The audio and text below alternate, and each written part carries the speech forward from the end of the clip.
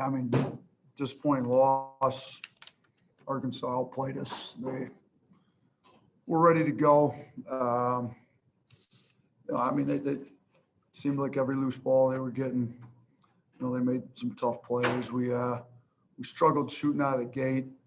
And then, Bruner kind of got us back in it with some 8 threes, and him and Petty kind of got going. But we didn't end up shooting it terrible from 3. We ended up at 33%, which should be good enough to win if our defense was a little bit better. But, we got to be able to defend without fouling. We had a season high in fouls, season high 43 free. You can't put them to the line 43 times and expect to win a game. So we need to do a better job on the defensive end. We need to do a better job on the offensive end. The turnovers kind of came back to bite. We were upside down assisted turnovers, 14, 16. And so we had way too many turnovers, was not some of our guys' better games tonight. So great chance to win the conference on the road at, the second place team in the league. Didn't take advantage of it. We've got a chance to clinch, I believe, at least a share of it Saturday. Is that correct?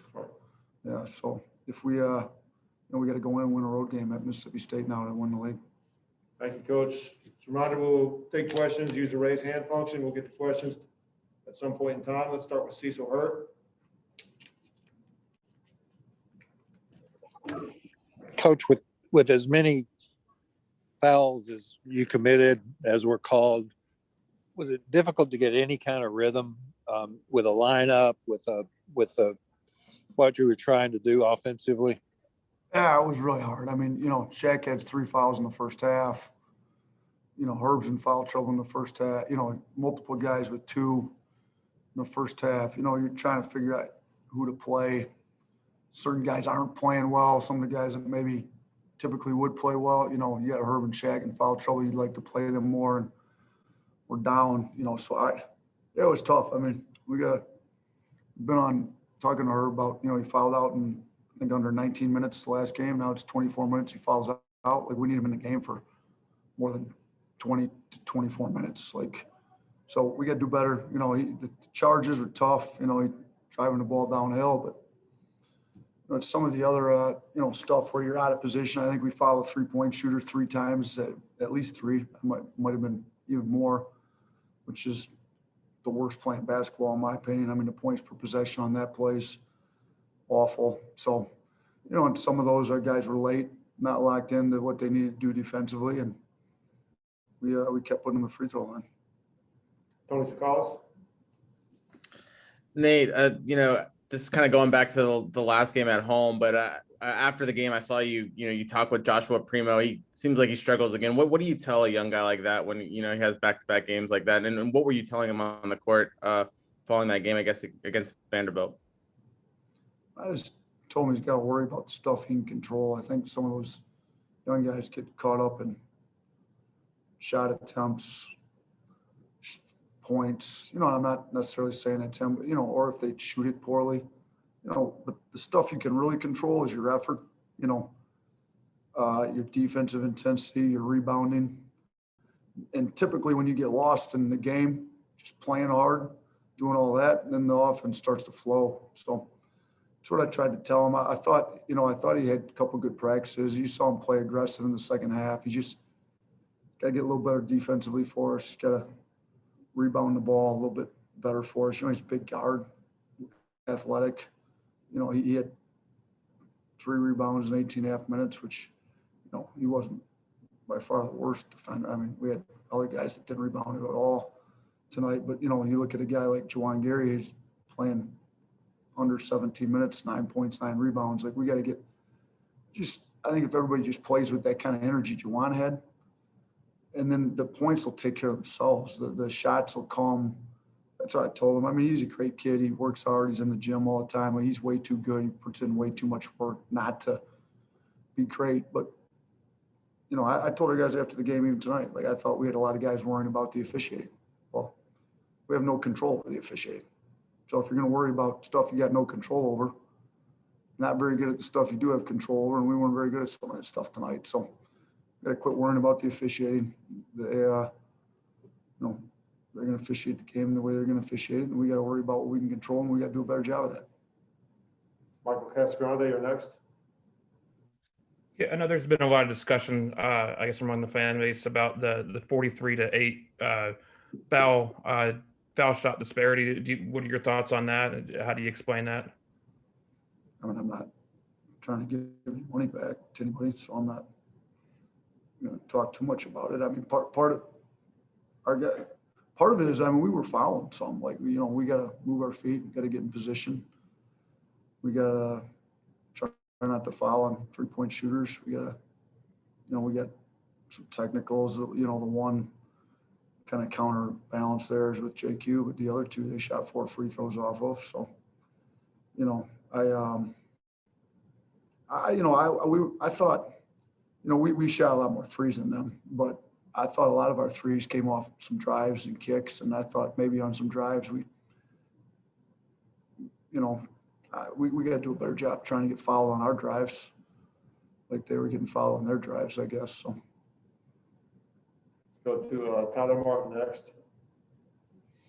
Hey, Nate, you kind of mentioned him when you answered Tony's questions, but Juwan Gary, just how big was it for him to, you know, come back from the shoulder injury and especially in the first half, helping you guys get going? He's big, 9 points, 9 rebounds in 16.5 minutes. His effort was great. He had 4 old boards. I mean, he was all over the place. He's playing hard. Like we got to get some more guys play that hard, you know. And Juwan's just, I mean, it's kind of his deal. He's an effort guy. He's a high energy guy, athletic. He goes hard. So some of our more skilled guys, if they played that hard, they'd, you know, some of those points and stuff would take care of themselves if you went as hard as Juwan did. So it's great to have him back. You know, he gave us solid minutes. Let's go to Catherine Gibraltar next. Hey, Coach. I was just wondering, what positives can you take away from tonight's game, and what can you focus on to get ready for Mississippi State on Saturday? I mean, there wasn't a whole lot positive, in my opinion, tonight. I mean, Juwan Gary was a positive, first game back. Jordan Bruner was a positive. You know, he looked a lot more comfortable. You know, when he hit those 4 threes in the first half, kind of got us back to, you know, to a 1-point game. You know, so guys coming off injuries, that was good to see Bruner and Juwan play as well as they did. Other than that, it wasn't a whole lot positive. Going into Mississippi State, we got to do better. We got to play harder. We got to come in more focused. We can't get out tough like I thought we did when there's a loose ball. We got to get on the floor and get a loose ball. You know, Herb fouled out trying to get a loose ball, but we had other guys that had multiple opportunities to get on the floor and refuse to do so at points during the game. So if we're going to do that against Mississippi State, we'll lose there. I mean, they're a tough, hard-nosed team that rebounds it well, and we're going to have to play a lot better if we're planning on getting a win there. Okay, we'll finish up here with Cecil Hurd. Last question. There's a minute and 1 left, and I'm sure that John was frustrated to get when he got the second technical. What did you see? Sort of what transpired right there? I mean, they had with a minute left.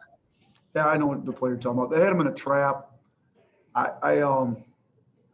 You know, John didn't think he fouled him. I didn't either. I'd have to look at the replay to see for sure. But, you know, I think when the ref called the foul on him, he was a little frustrated. I think, you know, he maybe felt like he'd gotten bumped on some earlier and didn't get called. You know, it's a tough game. I mean, there's a lot of contact, and we got called for a lot of fouls. And he said something he shouldn't have said to the refs. I don't know what it was, but obviously he shouldn't have said it. So got hit with his second tee, and, you know, and I'll say this, like, those guys, those seniors, him, Reese, Herb, haven't won here. They were really keyed into trying to win, you know, here for the first time since they've been here. I thought Petty played pretty hard. I thought Herb gave us pretty good effort too, to be honest with you. So, you know, it's frustrating for them not to be able to get a win at a place like this. And I understand his frustration level because we didn't play particularly well, but we've got to, you know, we kind of huddled up there after he got thrown out of the game, and some of our guys were talking about finishing the game in the right way with some, you know, class. And, you know, I thought our guys were good in that huddle. you know, I tried to make the point to them too. And I when they started talking about that, I kind of let them talk and just reiterated that, you know, we will get a chance to see these guys in the SEC tournament if things go well.